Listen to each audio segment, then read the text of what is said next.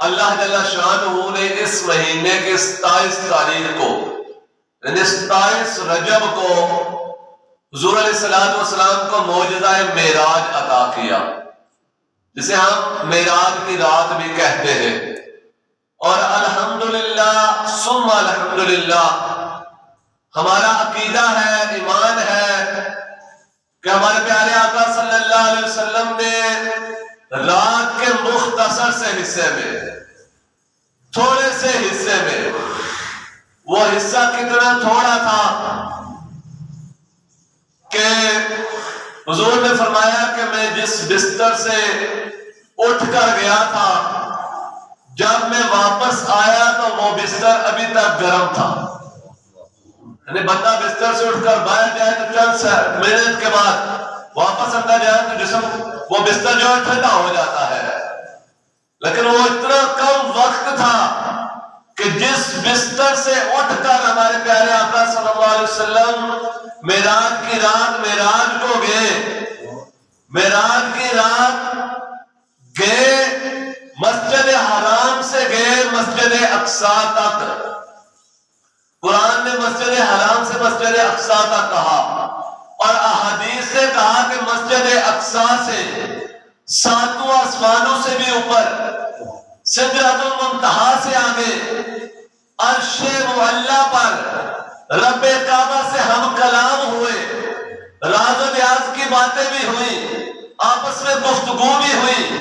اس کے بعد جہنم کا مشاہدہ کیا، جہنم کو دیکھا، جہنم کے اندر ہونے والے سارے معاملات، قیامت کو گناہگاروں کے ساتھ جو جو عمل ہوگا وہ سب کا سب جنت جہنم کے اندر دیکھ کر بھی آئے، اور پھر حضور علیہ السلام نے جنت کا بھی مکمل مشاہدہ کیا کہ نیک لوگ جب آئیں گے وہاں رہیں گے تو ان کا رہنا سہنا کیسا ہوگا۔ مثال یا حساب لگائیے کہ مسجد حرام سے مسجد اقصی، مسجد حرام سعودی عرب مکہ المکرمہ کے اندر، اور مسجد اقصی فلسطین کے اندر، ایک ملک سے دوسرے ملک، پھر دوسرے ملک سے وہاں آ کر تمام انبیاء کو مسجد اقصی کے اندر نماز پڑھا کر نماز کی جماعت کروانے کے بعد سفر شروع کیا۔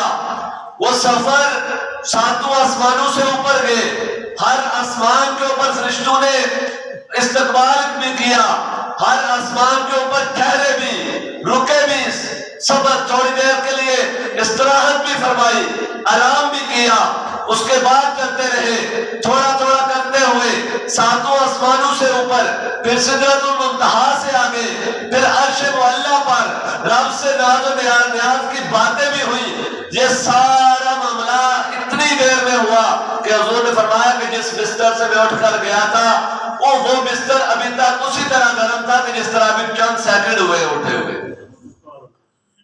پتہ ہی چلا کہ اعلیٰ حضرت نے فرمایا تھا کہ جان ہے وہ جہان کی، جان ہے تو جہان ہے۔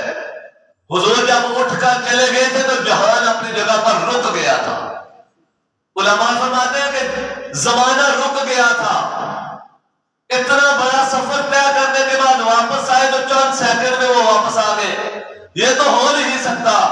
تو پھر پتہ یہ چلا کہ حضور جب آسمان کی طرف روانہ ہوئے، رفتے سفر باندھا تو اللہ جل شانہ نے زمانے کو روک دیا تھا، دنیا کی سانس بند ہو گئی تھی، دنیا اپنی جگہ پر رک گئی تھی۔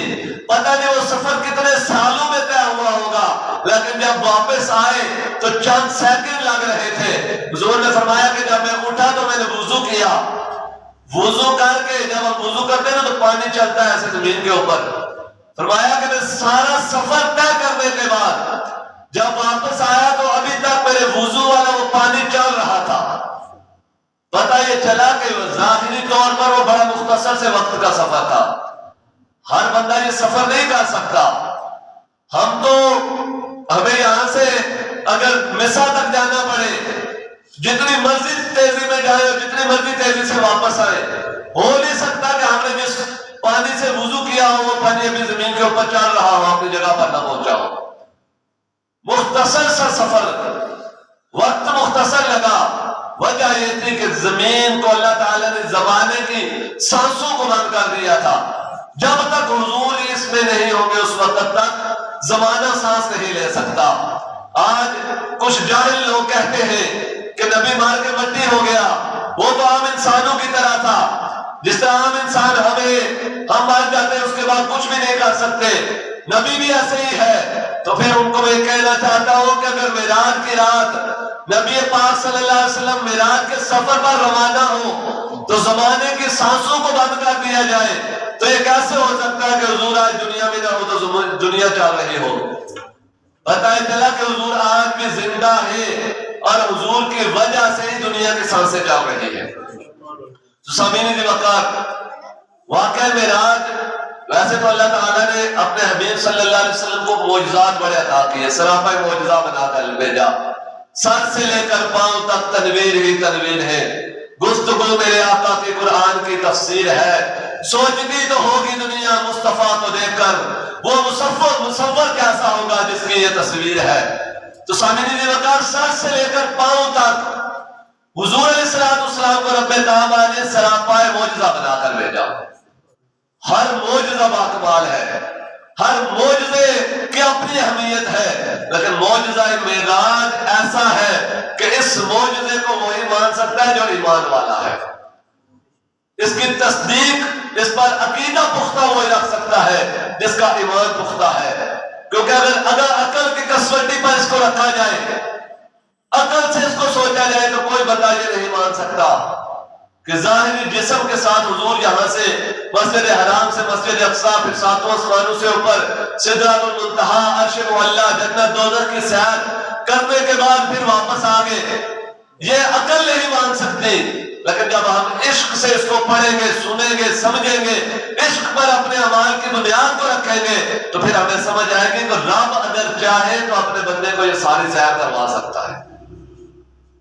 پھر اللہ جل شانہ نے اس واقعے معراج کو بیان کرنے کے لیے جو پہلا لفظ استعمال کیا، میں کہتا ہوں کہ اگر میں اسی ایک لفظ کی تفسیر کرنے بیٹھ جاؤں تو کئی گھنٹے درکار ہیں. رب نے فرمایا سبحان الذی. سبحان الذی کیوں کہا؟ پاک ہے وہ ذات. سبحان الذی، پاک ہے وہ ذات. اسرا، جس نے سیر کروائی، بعبدہ، اپنے بندے کو، لیلا من المسجد الحرام الى المسجد الاقصی، رات کے تھوڑے سے حصے میں مسجد حرام سے مسجد اقصی تک.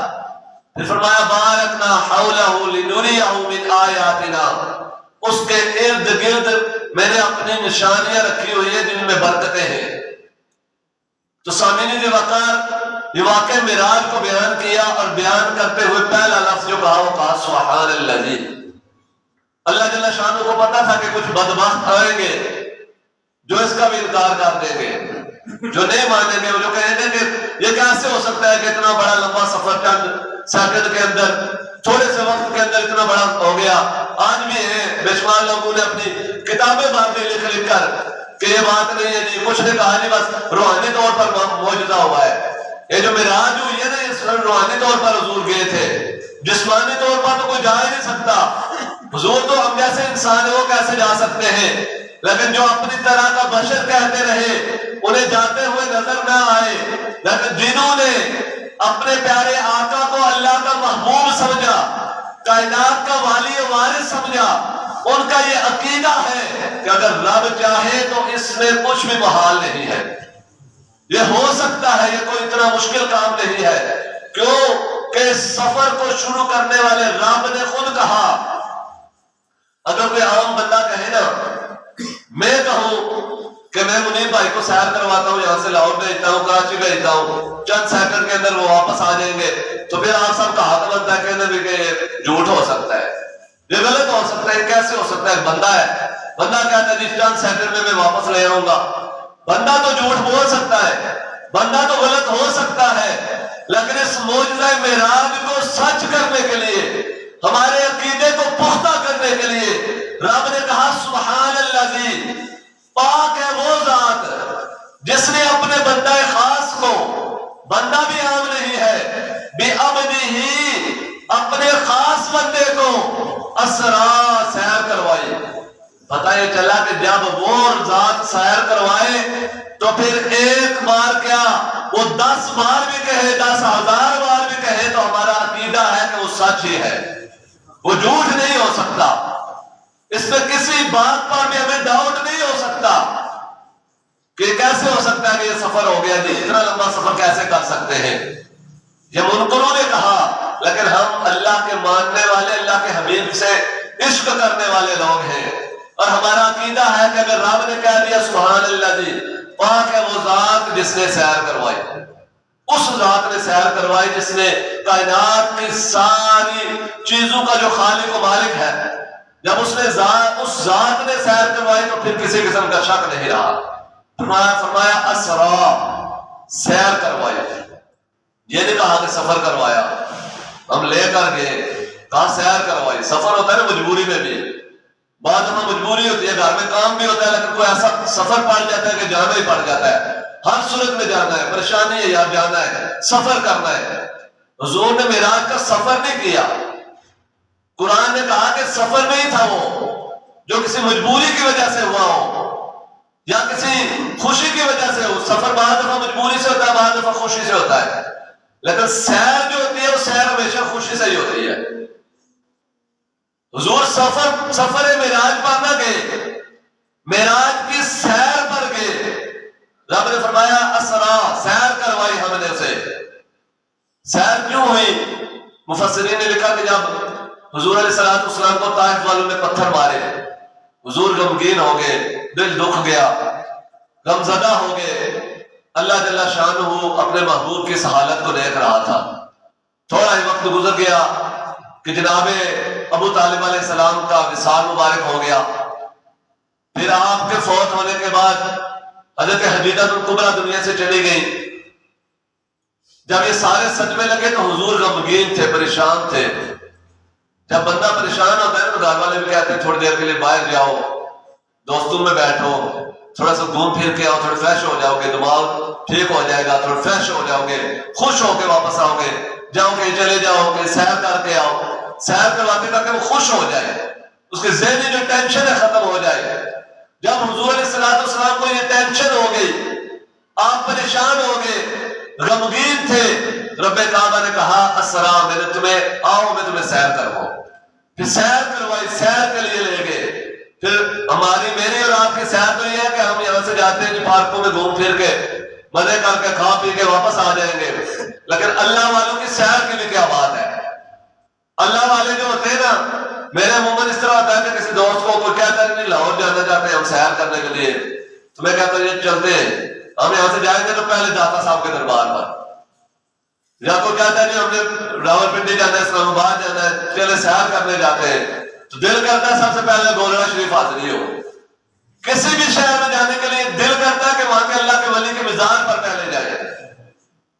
ہماری تو یہ سوچ ہے صرف، لیکن اللہ والوں کی جو سوچ ہوتی ہے، اللہ والوں کی جو سیر ہوتی ہے وہ وراء الورا ہوتی ہے، اور اللہ سیر کروانے والا ہو، سیر کرنے والا اللہ کا حبیب ہو، نہ دینے والے کو کوئی کمی، نہ لینے والے کو کوئی کمی، ایک رب کائنات اور دوسرا محبوب کائنات، دونوں ایک سیر کروا رہا ہے، دوسرا سیر کر رہا ہے، تو پھر اس بات پہ ہی بات ساری بند ہو جاتی ہے، ختم ہو جاتی ہے کہ سیر کروانے والا رب ہو، کرنے والا رب کا حبیب ہو، تو پھر اس سیر میں کوئی کمی نہیں ہو سکتی۔